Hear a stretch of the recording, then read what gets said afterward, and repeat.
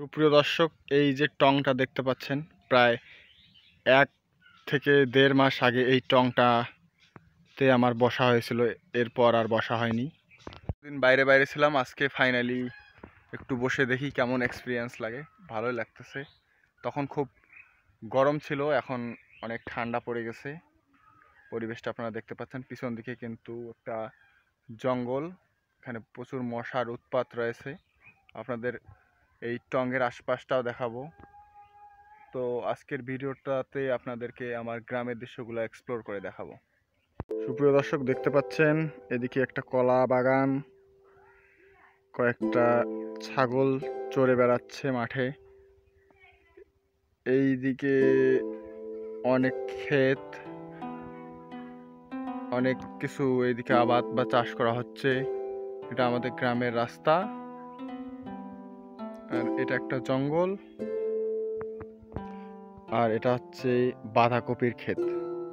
বাঁধাকপিকে ইংরেজিতে বলে ক্যাবেজ, আর ফুলকপিকে বলে ইংরেজিতে কলিফ্লাওয়ার। তো বন্ধুরা দেখতে পাচ্ছেন ওইদিকে একটা পুকুর রয়েছে, সেটাও আপনাদের দেখাবো। এইটা হচ্ছে একটা পুকুর।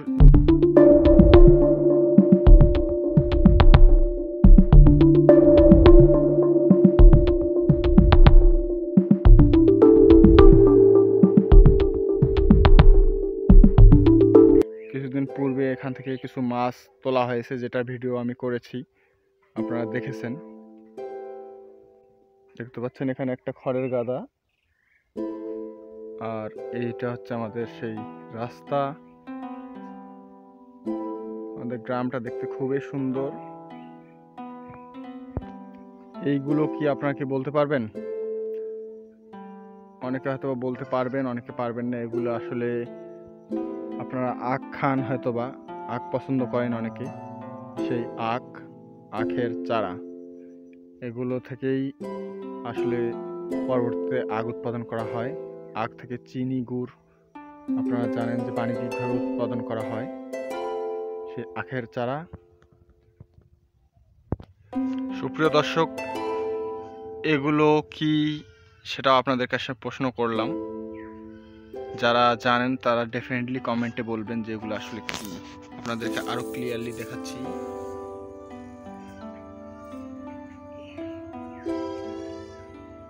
যাই হোক, এগুলো হচ্ছে আসলে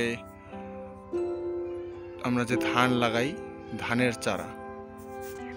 এগুলো থেকেই পরবর্তীতে ধান উৎপাদন করা হয়। গত ভিডিওতে আমি এই পুকুরটার মাছ ধরার দৃশ্য দেখিয়েছিলাম। যারা আমার ভিডিও দেখেন তারা জানেন। এটা হচ্ছে আমার গ্রামের দৃশ্য, এটা হচ্ছে রাস্তা। এখানে একটা বাড়ি দেখতে পাচ্ছেন, গ্রামের বাড়ি যেরকম হয় সাধারণত। আমার দুজন ভাস্তি এখানে খেলা করতেছে।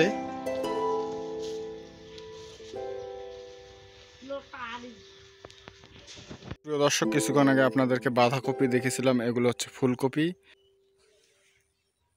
দেখতে পাচ্ছেন বাঁধাকপি, কিছু কলা বাগান, আর এদিকে চাষ করা হয়েছে ভুট্টা। যদিও চারাগুলো খুব ছোট আছে, দেখা যাচ্ছে না। সুপ্রিয় দর্শক, গ্রামের দৃশ্যগুলা শীতকালের সকালে আরো অত্যন্ত সুন্দর দেখতে লাগে। অসাধারণ একটা দৃশ্য।